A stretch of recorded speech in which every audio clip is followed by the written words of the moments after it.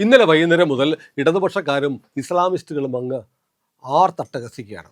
ബീഹാറിൽ ഭരണം പോയി എന്ന തരത്തിലാണ്. അതായത് ബീഹാറിൽ 241 സീറ്റുള്ള ബീഹാർ അസംബ്ലിയിൽ 202 സീറ്റുകൾ BJPക്ക് NDAക്കുണ്ട്. അവിടെ ബങ്കിംപൂർ എന്ന് പറയുന്ന മണ്ഡലത്തിലെ ഉപതെരഞ്ഞെടുപ്പിൽ BJP സ്ഥാനാർത്ഥി തോറ്റുപോയി എന്ന് പറയുമ്പോഴത്തേക്ക് അതിനകത്ത് ആഘോഷം എന്ന് പറയുന്നത് പ്രശാന്ത് കിഷോർ ജയിച്ചു. അദ്ദേഹത്തിൻ്റെ ജൻ സുരാജ് എന്ന് പറയുന്ന പാർട്ടി കഴിഞ്ഞ നവംബറിൽ നടന്ന നിയമസഭാ തെരഞ്ഞെടുപ്പിൽ 238 സീറ്റിൽ മത്സരിച്ച് 238 സ്ഥലത്തും തോറ്റതാണ്. അവിടെ അദ്ദേഹം 19,324 വോട്ടുകൾക്ക് ജയിച്ചു. അതുകൊണ്ട് BJPക്ക് വലിയ തിരിച്ചടി എന്ന തരത്തിലാണ് പ്രചാരണം. കേരളത്തിൽ ഉൾപ്പെടെ എത്ര ഉപതെരഞ്ഞെടുപ്പുകളിൽ ഭരിക്കുന്ന കക്ഷി തോറ്റുപോയിട്ടുണ്ട്? അത്രയല്ലേ ഉള്ളൂ. BJPയുടെ സ്ഥാനാർത്ഥി തോറ്റുപോയി, ശരിയാണ്. 19,324 വോട്ടുകൾക്ക് BJPയുടെ നീരജ് കുമാർ സിൻഹ തോറ്റു. അതിനു മുമ്പ് ആദ്യമോടെ സ്ഥാനാർത്ഥിയായിരുന്നത് അഭിഷേക് കുമാർ എന്ന് പറയുന്ന യുവമോർച്ചയുടെ നേതാവിനെ സ്ഥാനാർത്ഥിയാക്കിയപ്പോൾ പിന്നീട് അദ്ദേഹം പറഞ്ഞു എനിക്ക് കുടുംബപരമായ ചില പ്രശ്നങ്ങളുണ്ട് എന്ന് പറഞ്ഞ് പിന്മാറിയപ്പോഴാണ് ഈ സിൻഹ നീരജ് കുമാർ അവിടെ സ്ഥാനാർത്ഥിയായത്. അപ്പോൾ തുടക്കത്തിലെ BJPക്ക് പാളിയിരുന്നു. യുവമോർച്ച നേതാവ് എന്തുകൊണ്ട് പിന്മാറി, മത്സരിക്കുന്നില്ല എന്ന് പറഞ്ഞതിൻ്റെ കാരണം ഇതുവരെ പുറത്തു വന്നിട്ടില്ല, എനിക്കറിയാനും വയ്യ, അതുകൊണ്ട് ഞാൻ പറയുന്നില്ല. അദ്ദേഹത്തിന് വ്യക്തിപരമായ കുടുംബത്തിലെ ചില പ്രശ്നങ്ങളുണ്ട് എന്നാണ് പറഞ്ഞത്. അതവിടെ നിൽക്കട്ടെ. പിന്നെ ഇതിനകത്ത് തിരിച്ചടി എന്ന് പറയാനുള്ള കാരണം അവിടുത്തെ സമ്രാട് ചൗധരി മുഖ്യമന്ത്രി ആയതിനു ശേഷം നിതീഷ് കുമാർ മാറി മുഖ്യമന്ത്രി ആയതിനു ശേഷം നടക്കുന്ന ആദ്യത്തെ തെരഞ്ഞെടുപ്പ്. അതിനിപ്പോൾ എന്താ, അങ്ങനെ എത്ര തെരഞ്ഞെടുപ്പ് നടക്കുന്നു? ഇനി കേരളത്തിൽ സതീശൻ മുഖ്യമന്ത്രി ആയതിനു ശേഷം ഒരു ഉപതെരഞ്ഞെടുപ്പ് വന്നാൽ ചിലപ്പോൾ തോറ്റുപോയെന്നിരിക്കും, LDF തിരിച്ചു വരും. അതുകൊണ്ട് സതീശൻ തോറ്റു, കേരളത്തിലെ ഭരണം വീഴാൻ പോകുന്നു എന്നൊക്കെ പറയാൻ പറ്റുമോ? ഇല്ല. പക്ഷേ ഇതിനകത്തൊരു പ്രധാനപ്പെട്ട ഒരു കാര്യമുണ്ട്. ഈ ബങ്കിംപൂർ എന്ന് പറയുന്ന മണ്ഡലം 35 വർഷമായിട്ട് 1995 മുതൽ BJPയുടെ കയ്യിലായിരുന്നു. ആദ്യം BJPയുടെ ദേശീയ അധ്യക്ഷനായ നിതിൻ നബീൻ രാജ്യസഭാ അംഗമായതിനെ തുടർന്ന് രാജിവെച്ചതിനെ തുടർന്ന് വന്ന ഒഴിവാണ്. 20 വർഷം നിതിൻ നബീൻ MLA ആയിരുന്നു. അതിനു മുമ്പ് അദ്ദേഹത്തിൻ്റെ അച്ഛൻ നവീൻ കിഷോർ പ്രസാദ് സിൻഹയായിരുന്നു അവിടെ MLA. അപ്പോൾ 35 വർഷമായി ഇവരുടെ ഈ നിതിൻ നബീൻ കുടുംബത്തിൻ്റെ കയ്യിലായിരുന്ന സീറ്റായിരുന്നു. അദ്ദേഹം മാറി, പുതിയ സ്ഥാനാർത്ഥി വന്നപ്പോൾ തോറ്റുപോയി. ഇത് ഉത്തർപ്രദേശിൽ നടന്നിട്ടില്ലേ? ഗോരഖ്പൂർ മണ്ഡലം യോഗി ആദിത്യനാഥ് ആയിരുന്നു ദീർഘകാലം അവിടുത്തെ MP. അദ്ദേഹം മാറി അസംബ്ലിയിലേക്ക് വന്ന് മുഖ്യമന്ത്രിയായപ്പോൾ അവിടെ തെരഞ്ഞെടുപ്പ് നടന്നപ്പോൾ തോറ്റുപോയി. അതുകൊണ്ട് ഉത്തർപ്രദേശിലെ ഭരണം പോയോ? ഒന്നുമില്ലല്ലോ. BJP ഒരു സീറ്റിൽ തോറ്റു. ഒരു സീറ്റിൽ തോറ്റതുകൊണ്ട് വലിയ തകർച്ച ഉണ്ടായിരിക്കുന്നു എന്ന തരത്തിലുള്ള പ്രചാരണം നടക്കുകയാണ്. പാർട്ടി അധികാരത്തിൽ വന്നതിന് ശേഷം വന്ന ആദ്യത്തെ തെരഞ്ഞെടുപ്പിൽ തോറ്റിരിക്കുന്നു. ഇനി 5 വർഷം ഭരിക്കാൻ കിടക്കുകയാണ്. 5 വർഷം ഭരിക്കാൻ കിടക്കുന്ന പാർട്ടി ഒരു ഉപതെരഞ്ഞെടുപ്പിൽ തോറ്റു, അത് ആഘോഷിക്കുന്നു. എന്നാൽ നിങ്ങൾ എന്താണ് ഗുജറാത്തിനെ കുറിച്ച് പറയാത്തത്? ഗുജറാത്തിൽ ഇപ്പോൾ നിയമസഭാ തെരഞ്ഞെടുപ്പ് നടക്കാൻ പോവല്ലേ?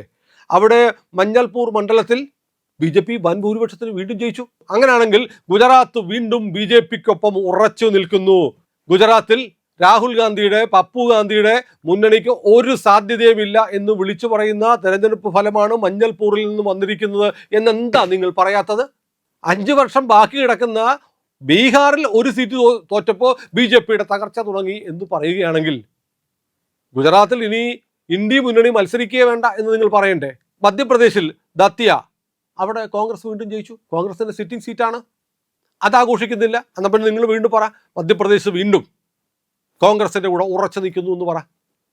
ഉറച്ചു നിൽക്കുന്നില്ല എന്ന് അറിയാം, കാരണം അവിടെ വലിയ തോതിലുള്ള ആൻറ്റി ഇൻകംബൻസി ഉണ്ട്. സത്യത്തിൽ ചർച്ച ചെയ്യേണ്ടത് മധ്യപ്രദേശിലെയും ഗുജറാത്തിലെയും ഫലങ്ങളാണ്. ഗുജറാത്തിൽ BJP വലിയ മാർജിനോടെ മഞ്ഞൾപൂർ ജയിച്ചിരിക്കുന്നു. ദത്തിയ മധ്യപ്രദേശിൽ വലിയ ജനവികാരമെതിരായിട്ടും ദത്തിയ സീറ്റ് കോൺഗ്രസ് നേടിയിരിക്കുന്നു. അതൊരു ദിശാസൂചിയാണ് എന്ന് പറയുന്നതിന് പകരം ഇനി 5 വർഷം ഭരിക്കാൻ 243-ൽ 202 സീറ്റുമുള്ള ബീഹാറിൽ ഒരു ഉപതെരഞ്ഞെടുപ്പ് തോറ്റു എന്നതിൻ്റെ പേരിൽ ഇങ്ങനെ ആഘോഷിക്കുന്ന ആളുകളെക്കുറിച്ച് എന്ത് പറയാനാണ്? ചന്ദ്രനെ കണ്ട് കുരയ്ക്കുന്ന നായ്ക്കൾ എന്ന് വിളിക്കാനേ പറ്റൂ. ഉപതെരഞ്ഞെടുപ്പിൻ്റെ ഒരു തോൽവിയാണോ? എന്നിട്ട് പറയുകയാണ്. അപ്പം ഈ പ്രശാന്ത് കിഷോർ പറഞ്ഞിരിക്കുന്നത് എന്താണ്? സമ്രാട് ചൗധരിയെ പോലെയുള്ള ഒരു ഗുണ്ട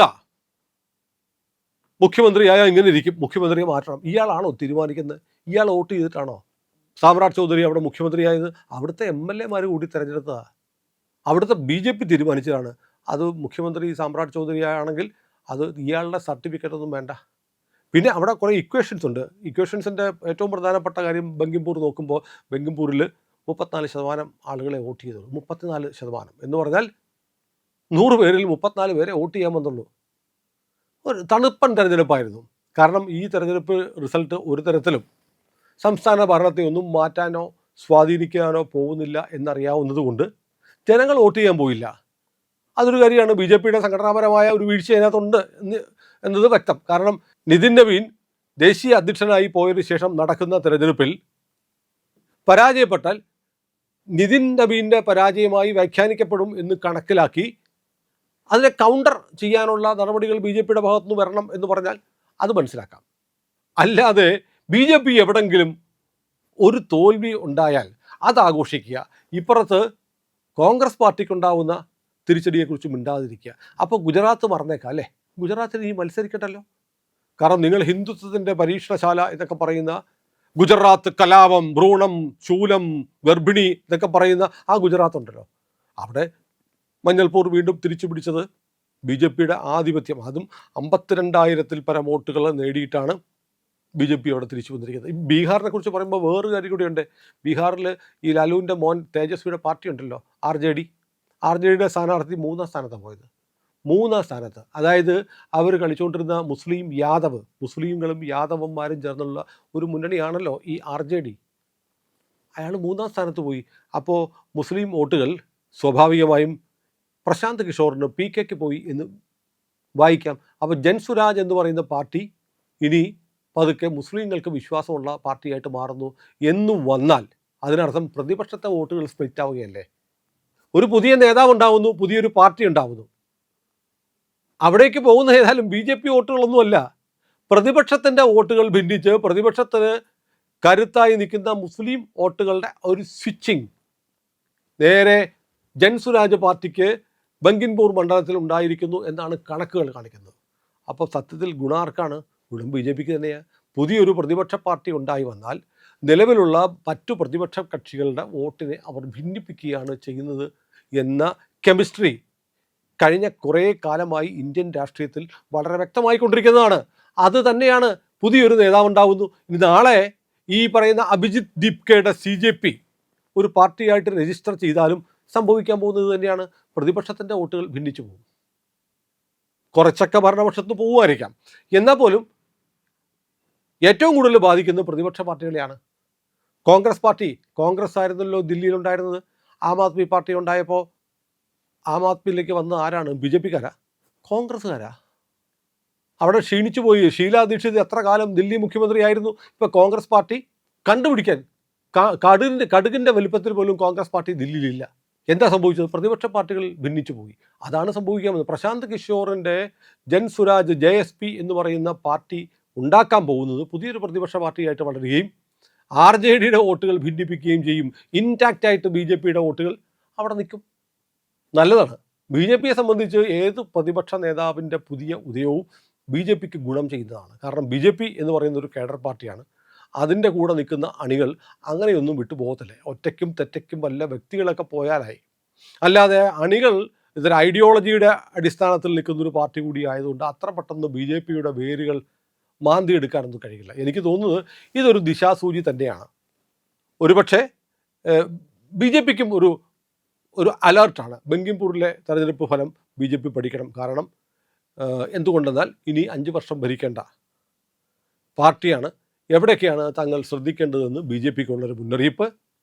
ദാത്തിയ എന്ന് പറയുന്ന മണ്ഡലത്തിലെ സീറ്റ് കോൺഗ്രസ് നിലനിർത്തിയത് മധ്യപ്രദേശിൽ തെരഞ്ഞെടുപ്പ് നടക്കാൻ പോകുന്ന മധ്യപ്രദേശിൽ BJP പുതിയ സ്ട്രാറ്റജി ഉണ്ടാക്കേണ്ടി വരുമെന്നുള്ള ഒരു മുന്നറിയിപ്പ്. ഗുജറാത്തിലെ മഞ്ചൽപൂരിലെ തെരഞ്ഞെടുപ്പ് ഇനി ഒന്നും ഭയപ്പെടാനില്ല. ഇക്കുറിയും ഗുജറാത്ത് BJPക്കൊപ്പം തന്നെ എന്ന് അസന്നിഗ്ധമായി വിളംബരം ചെയ്യുന്നതാണ് മഞ്ഞൾപൂരിലെ തെരഞ്ഞെടുപ്പ്. ഇതല്ലേ യഥാർത്ഥ രാഷ്ട്രീയ നിരീക്ഷണം? അതല്ലാതെ ബങ്കിംപൂർ തോറ്റു, അതുകൊണ്ട് BJP തീർന്നു എന്നൊക്കെ പറയുന്ന ആളുകളെക്കുറിച്ച് എന്തു പറയാനാ? സഹതപിക്കുന്നു എന്ന് പോലും ഇവരെക്കുറിച്ച് പറയാൻ കഴിയില്ല. ഏറ്റവും പുതിയ വാർത്തകളും വിശകലനങ്ങളുമായിട്ട് ഇന്ത്യ ലൈവ് നിങ്ങൾക്കൊപ്പമുണ്ട്. ഇന്ത്യ ലൈവ് ഇനിയും സബ്സ്ക്രൈബ് ചെയ്തിട്ടില്ല എങ്കിൽ ഉറപ്പായിട്ടും ചെയ്യണേ.